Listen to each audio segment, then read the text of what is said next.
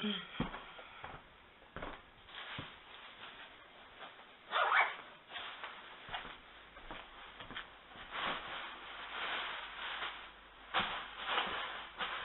guys. Perfect storm here. You also know me as Mary Callie on Facebook. I want to go over a few things that are in my pack. I've made a lot of changes. I'm getting ready to head out here in just a couple hours. So this will be my last time packing my pack, and usually when I get on trail, I say, oh my god, I should have done a video of my pack, because people are always asking, well, what did you get? What do you have? Blah, blah, blah. So this time I'm finally going to remember. I'm going to start with my pack that Bandy gave me. It's a REI/52. The first thing I do is stuff a black lawn and leaf, 65-gallon black lawn and leaf bag inside my pack. Kind of just line the whole thing. I just stick it on down in there. The first thing that goes into my pack is you have to make sure that the ends are all smooth down there. Your bag's going to be a hot mess. Okay. In my pack I have my extra pair of hiking socks, wool socks. They come below the knees. These are my kitty cat sleeping socks. They are super, super furry on the inside. They make my feet feel happy. This is a hiking dress. It's very, very small. It's wicking. It packs down really, really small. It is wicking and dries super, super fast. It is some sort of poly blend. These are my undies.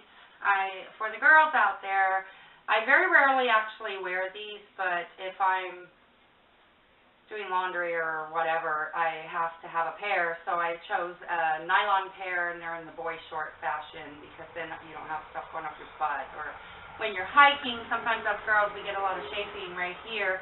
If you don't wear the underwear, then there's no chafing. But every now and then it is nice to just have a pair of undies to throw on. If it gets cold, I have my fleece-lined leggings with a built-in compression skirt, which will also double as my sleeping attire, I think. And this is my blue wicking long sleeve with the thumb holes, blah, blah, blah. Now, this is my coat. Obviously, I'm not going to put it in the bottom of the bag because you never know when it's going to get cold, when blah, blah, blah. Okay, so the next thing that goes in the bag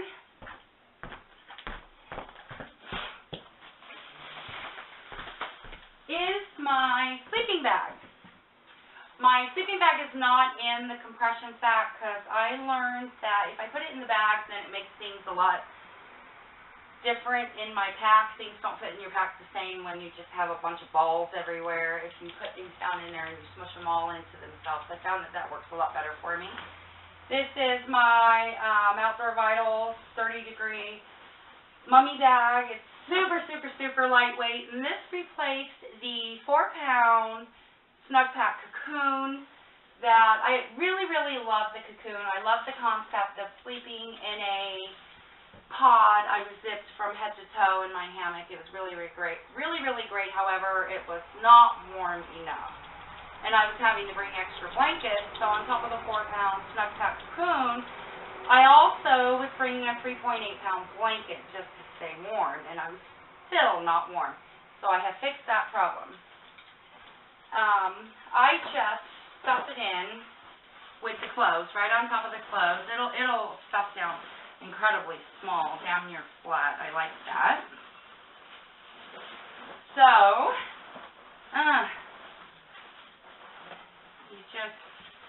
you gotta work it down in there. Try to keep your bag from getting smushed down in there too, because you still want it to lip out. The next thing that goes into my bag is going to be my food. As you see, I don't have 10 days worth of food anymore. I only have to carry 5. Again, thanks to my friend Bart, who is making sure I get an incredible package. And I'm super, super, super excited, and I don't have to carry so much food. So now I only have 5 days food.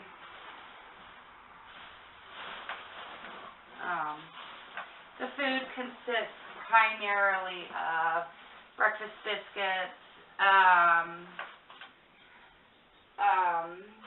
peanut butter, flatbread. I bought these flatbreads that I like to do my peanut butter and tuna on. They can really take a beating. They're just multi-grain flatbread browns. They're super, super, super, super thin. So it doesn't matter if they get squished, and they last kind of long, and they really don't weigh that much. And they were on sale, and broke bitches love sales. So, the next thing, I try to keep that food down so that it is about right in here so that it gets carried in the small of my back. I also try to keep it really, really close to my back. The next thing that goes in my bag, I kind of stuff it all around the food bag, is going to be my,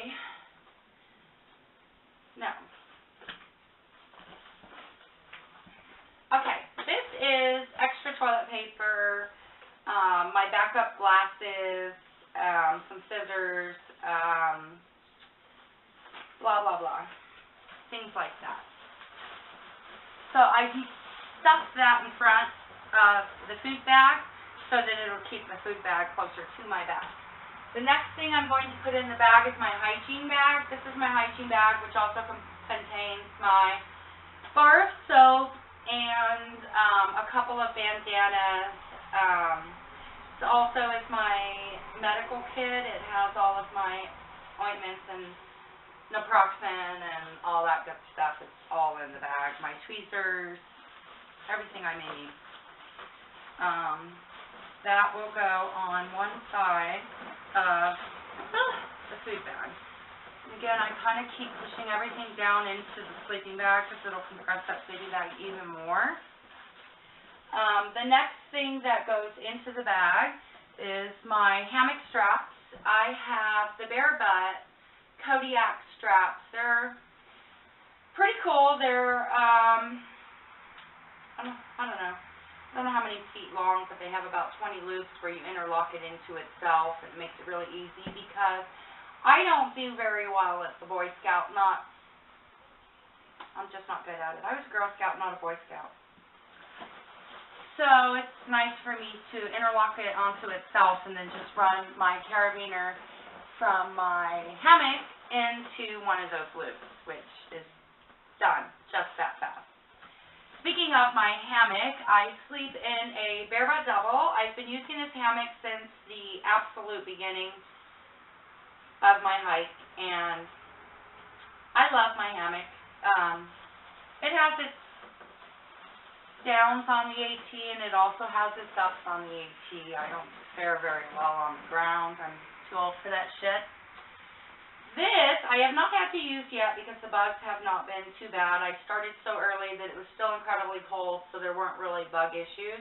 I think I used it one night when Seven and I were at one of the shelters because it dropped down really, really cold. And he had suggested that that would help trap in some of the heat, and it totally did work. Even though I did wind up having to get up 3 o'clock in the morning and kick in his tent door and climb in there because it was just too cold. Again, the Jungle Pack cocoon just really wasn't keeping me warm. The bug net is called a bear zapper or bug zapper or some shit. The next thing that is going into my pack is, this is my bear bagging unit. I have my rope and a carabiner. I put a rock. If I can't find a rock, I find anything I can find that's kind of heavy. And I put it in the bag, and you guys have seen me on my other video how I bear bag. This is my bear bagging rope. We're going to just get that down in there. This is my guy line and about 6 feet of duct tape. My guy lines are for tying out the sides of my Warbonnet Superfly because I typically just run it through the loops and then try to wrap it around a tree or a limb or a branch or anything like that that's in the area that'll pull the sides out. If you pull out the sides, then you get a lot more space under the war bonnet. It's pretty nice. It's nice to have some moving room under there. If there are no trees, then I will put my trekking pole on each side, and then I'll guide line it out to the trekking poles, and then I'll run another line to the ground with a stake, and that actually will suffice to hold it out. So guide lines in the bag. Of course, you have to have stakes.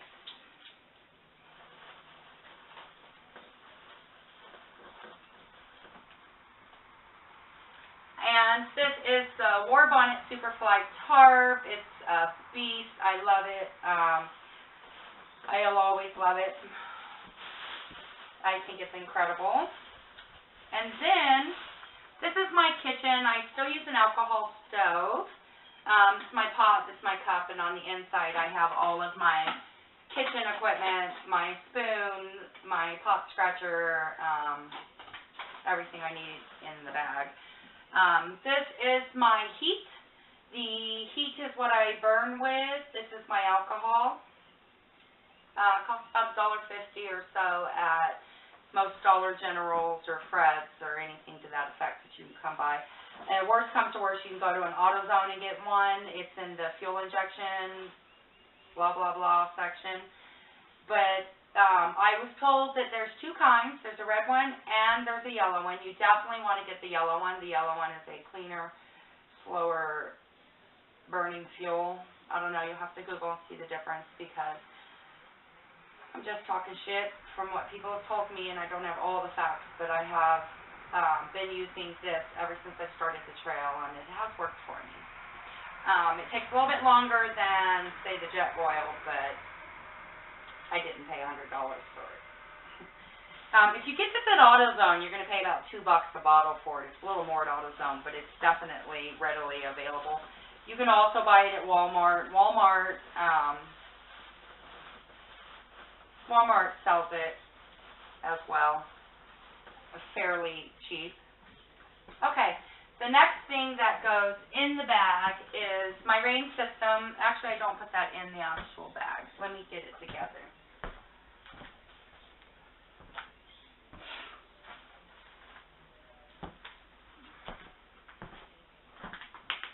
Okay, so this is my waterproof bag I use for hanging my bear bag or anything to that effect that I just want to hang.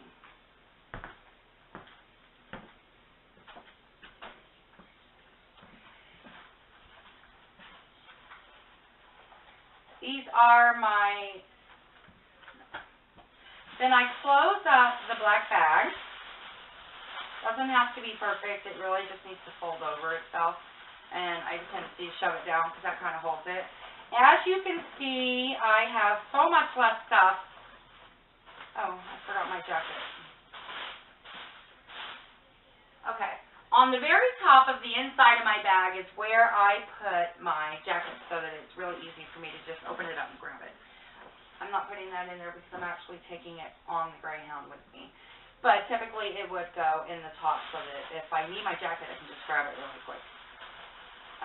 Then you close it on itself. I put my rain gear, since I have so much extra room now, I put my rain gear on top, as well as the handy-dandy electronics bag, which consists of my battery charger, my battery bank, a multi-USB wall plug, and about 3 charging cables. Because I have four devices, but the camera doesn't go through the battery very much, so typically as long as when I get to a place that I can charge, if I can get 3 things charging, then I'm typically good to go for at least the next 5 to 7 days. Here we go, folks, the bucket. This is the very controversial bucket that everybody hates that has made it back to the list. It pops out. It's only 3.5 liters. It's really not that big. I don't know why people are tripping. It doesn't weigh shit. I am going to fill this up in the evenings with water and be able to soak myself down with a wet bandana and really get clean. I am a little bit anti-baby wipes. I hate the smell, even if you buy the unscented ones. There is a smell associated with diaper wipes, or maybe my brain just triggers because I am a mom and a grandmother, and I've done my share of diapers. If I smell that smell, all I can think of is dirty, poopy baby ass. So I'm not doing the diaper wipe thing. Everybody does their own thing. Everybody does what works for them. And what works for me is a bucket of water, a bar of soap, and a bandana. I can get up under my War-Bonnet Superfly. It's freaking huge, and I have total privacy. I can get butt naked, and I can clean all the goods. That's going to make me more comfortable. And it'll probably help keep my bed and everything from smelling so bad. Just being completely honest, it was so cold out there the first month on the trail that I really couldn't do any kind of, like, there was no water touching me anywhere except for my hands or where the bare minimum, because it was just so incredibly cold. So my hammock did start getting a little bit of a sweaty odor to it, so when I was home this time I did get all that cleaned up and dealt with, and I'm going to try to do what I can to prevent that for next time. Now, the bucket is super, super lightweight. It's like barely there. As you see, I have a ton of room in this pack now that I have condensed everything down. There it is. I want to open it up, give it some room, and shove my bucket down in there, and then it's like it doesn't even exist. It's already gone. I have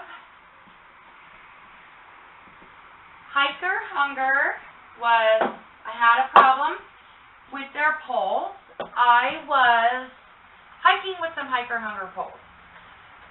Excuse me. Going down into the NOC, I had a little bit of a problem with my pole. The handle piece right here was just popping off.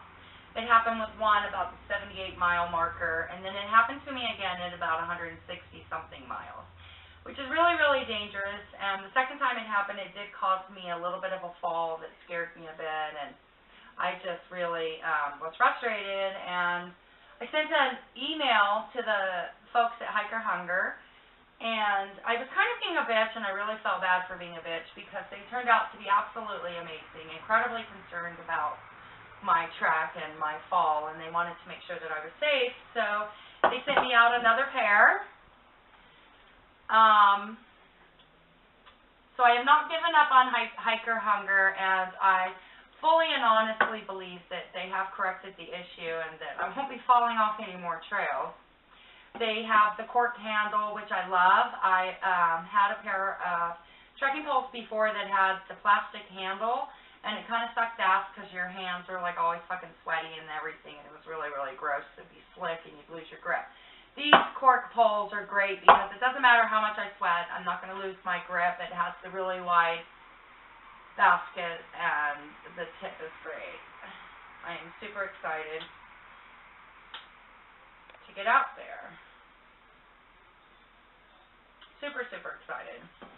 So, those are my Hiker Hunger poles with the cork handle, and it also has this extra extended grip area too, or that's what I'm going to call it, because that's what I use it for.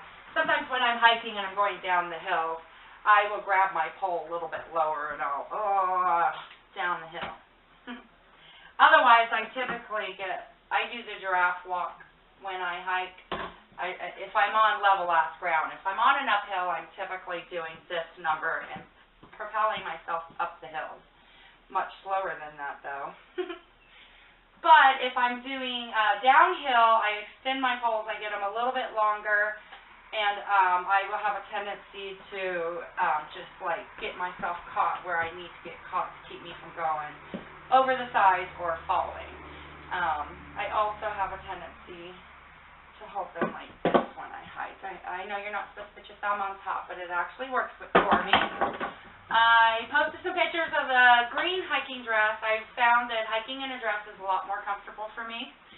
This is my other hiking dress. It's super, super lightweight. I have shorts underneath. It's very, very light and flowy. It dries. It looks crazy as hell with the boots, but I'm going to rock this shit anyways because my comfort is my #1 priority. I'm going to be hiking on these trails. I need to be comfortable. I need to be comfortable, I need to be warm, and I need to be dehydrated. Well, not dehydrated. I need to be hydrated, and I need food. Other than that, everything else can either come and go. As long as I have those things, I'm good to go. Oh, and my sleeping pad. I do sleep in a hammock, so it wasn't necessary for me to get a super giant, extra thick, comfy pad because the comfort level I'm already going to be receiving from my hammock being very forgiving really takes up that part. I really just wanted to block the cold air at night because I'll be laying in my sleeping bag, and we all know that when we lay on the bottom of our bag and compress it, it no longer holds any of the R value.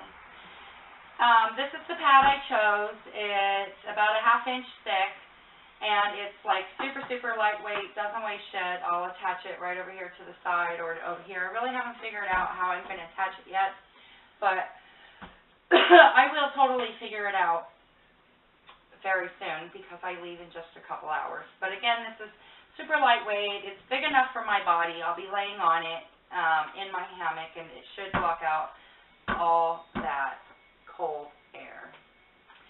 So, I'd like to thank you for watching. I'm super excited. I'm getting ready to head out.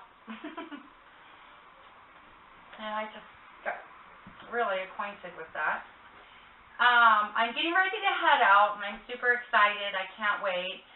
I have a giant surprise for everybody tomorrow before, I can't really tell you what it is, but I do have a surprise, and I think there's going to be a handful of people that are going to be a little bit excited about this surprise. So, look forward to posting again tomorrow. For now, I need to get everything situated and everything put together in this bag. I have all this incredible extra room.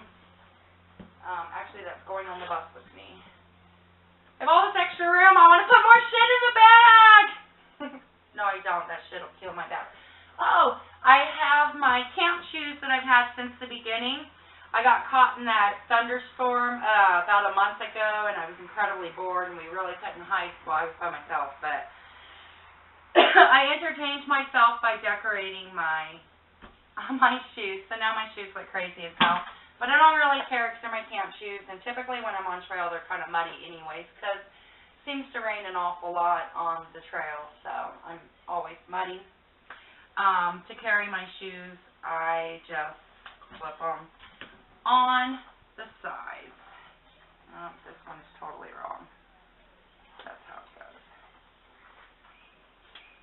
Oops, what the fuck am I doing? That goes there. So, that's that. And then this is this. Oh, I need to put my bread in the bag.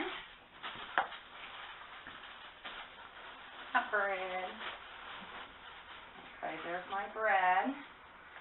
Let's see. Nothing I'm forgetting.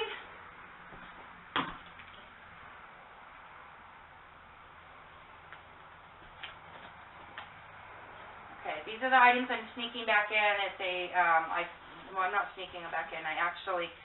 Those are my sleeping pants, and this is a little shorts outfit for wearing around camp. I forgot you have to have camp clothes, and I know it's going to start getting a little bit warmer. This is a girly item that you don't really need to know nothing about. And then we will close this off. Actually, because I'm going to Greyhound, the shoes that are usually on the outside are actually going to be shoved right inside for now, because if I don't put them inside, then I'm probably not going to have any camp shoes when I get to my destination on Greyhound. Hopefully they won't lose anything, but we all remember what they did to 7. And I swear I don't want anything ruining my trip because I am going on this hike. On hell or high water. Get the fuck out of here. This goes back here. And it snaps to hold all of that in place. I don't think I need to tighten it any. My lid comes over the top. And snap here. And here.